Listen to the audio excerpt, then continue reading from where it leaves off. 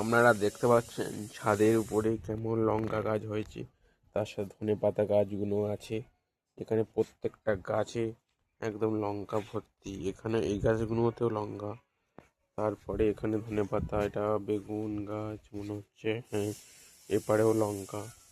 শুধু লঙ্কা গাছ, মানে লঙ্কা কিনতে হবে না আপনাদের আর কি, এত লঙ্কা, এত লঙ্কা হয়েছে এখানে।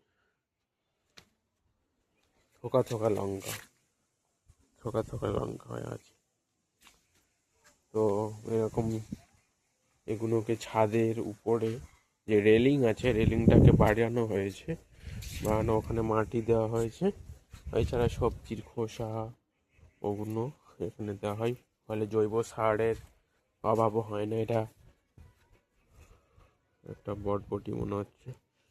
তো মাঝখানে মাঝখানে ধনে পাতা, তার সাথে সাথে একটা এখানে তুলসী মঞ্চের তুলসী গাছও আছে। তো এখানে প্রচুর লঙ্কা হয়ে আছে।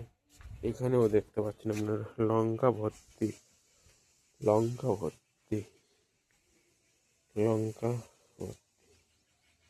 তো আজকের মতো ভিডিওটা এখানেই শেষ করছি।